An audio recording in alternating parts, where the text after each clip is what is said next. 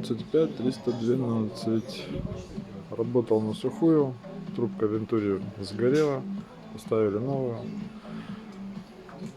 Все держит,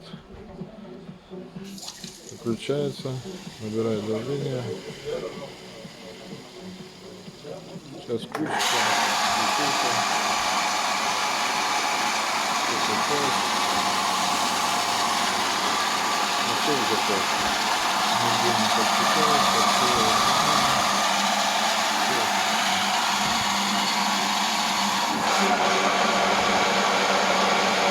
Расход получается 3 кубометра в час.